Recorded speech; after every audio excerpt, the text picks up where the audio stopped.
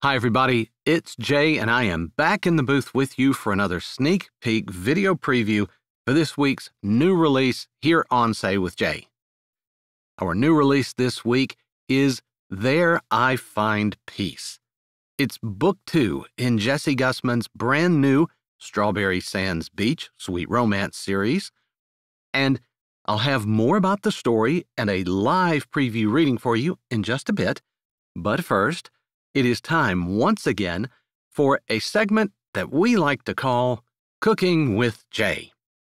Now, for anybody who's new, Jessie has been including a dish or a recipe within the scope of her stories, and we thought it would be fun for me to make it for you here.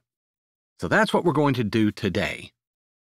Now, in There I Find Peace, as I said, I'll have more about the story in a bit, but it's the story of Jubilee Jones. Jubilee comes to Strawberry Sands with her 2 daughters. She's a newly single mom, and she gets a job there at the local bed and breakfast. And she and her boss, Lana, are making some baked goods for some of the neighbors. And what they make is chocolate zucchini bread. Now, if you've never had zucchini bread, I understand your potential apprehension. But hear me out and take a look at this, because I think I might convince you to try it. Okay, and as always, don't worry about trying to capture the ingredients and the amounts and all that in real time. I'm going to post the entire recipe down in the description of the video below. So, without further ado, let's get started making some chocolate zucchini bread. Okay, so to make chocolate zucchini bread, you're going to need a cup of all-purpose flour, a half a cup of Dutch processed cocoa, or unsweetened cocoa is fine, 1 teaspoon of baking soda, 1/2 teaspoon of sea salt, or, salt, 2 large eggs at room temperature, 1/4 cup of unsalted butter, melted but slightly cooled, 1/4 cup of canola oil, vegetable oil, or even melted coconut oil, 3/4 cup of packed light brown sugar, 1 teaspoon of pure vanilla extract, 1 cup of semi-sweet chocolate chips, but the star of the show is 1.5 cups of packed shredded zucchini. So your first step is to preheat your oven to 350 degrees. Go ahead and grease a 9x5-inch loaf pan and set that aside. Next, you're going to want to shred your zucchini. And again, you're going to need 1.5 cups packed in pretty tight. Then, in a medium bowl, you're going to whisk together the flour, the cocoa powder, the baking soda, and your salt. Set your dry ingredients aside for a minute. In a large bowl, add your eggs, melted butter, oil, vanilla extract, and your brown sugar. And you want to stir that until smooth. You might have a few small brown sugar clumps. That's fine. Next, stir your dry ingredients into your wet ingredients. And you don't want to overmix. You just want to get it good and combined. Next, stir in your shredded zucchini until it is just combined. Now, you may be asking yourself at this point, and you'd be completely justified in doing so, did I just make chocolate coleslaw? The answer is no, you did not. Bear with me. Trust the process. Next, you're going to stir in 3/4 cup of your chocolate chips. Again, get it just good and combined. Then pour that batter into your prepared baking pan. Sprinkle the remaining 1/4 cup of your chocolate chips over the top of the bread, and then Bake for 50 to 60 minutes, or until a toothpick inserted into the center of the bread comes out mostly clean. Now, you might have some melted chocolate chips on the toothpick. That's fine. You just don't want a lot of gooey batter. When it's done, remove your pan from the oven and set it on a wire cooling rack and let it cool for 15 minutes. Once that 15 minutes is up, gently run a knife around the edge of the bread and carefully remove it from your pan. Let the bread cool on the wire cooling rack without the pan until it is just slightly warm. Cut it into slices and serve. This is what it looks like when you're done. I promise you, it is every bit as delicious as it looks. And ladies and gentlemen, that is all there is to making chocolate zucchini bread. I hope you guys will try it out, and if you do, please let me know how it goes down in the comments. All right, let's talk a little bit more about There I Find Peace. As I mentioned before, it's the story of Jubilee Jones, a newly single mother of 2 little girls who, after her husband leaves her and leaves her broke, she leaves with her girls to try to find a place for a soft landing where she can pick up the pieces and start her life anew. The place she decides to go is a place where she fondly remembers a summer vacation when she was growing up, Strawberry Sands. So they head there with hopes of finding a place to live, finding a job, and starting over.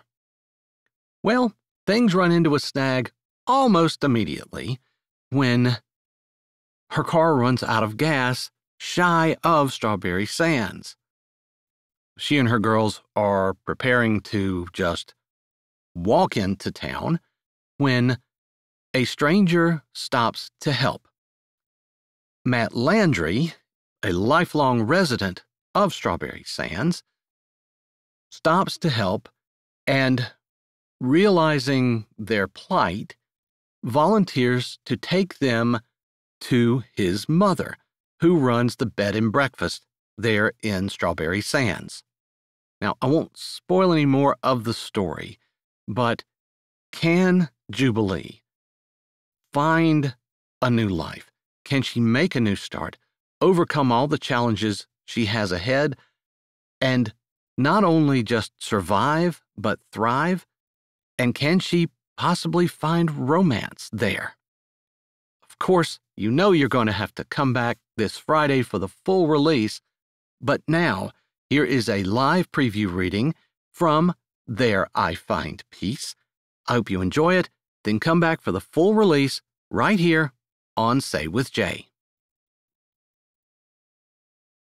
Matt Landry stared at the woman in front of him, the 2 little girls tucked in on either side of her, and the disabled car sitting along the road behind her.